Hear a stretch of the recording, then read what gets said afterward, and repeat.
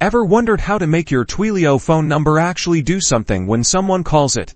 Let's jump right into configuring your Twilio phone number to handle incoming calls like a pro.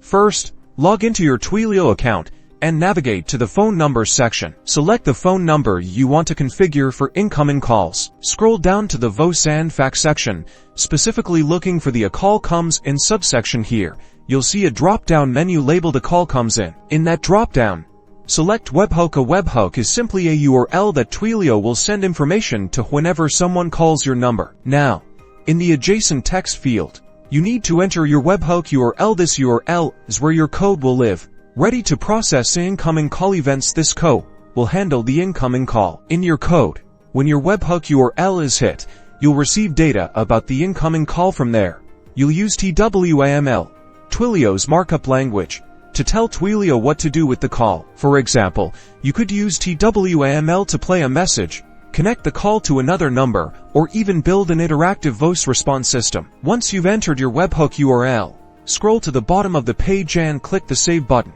And that's it. Now, when someone calls your Twilio number, Twilio will send information to your Webhook URL, allowing your code to process the call and respond using TwiML. You're now in control of your incoming calls.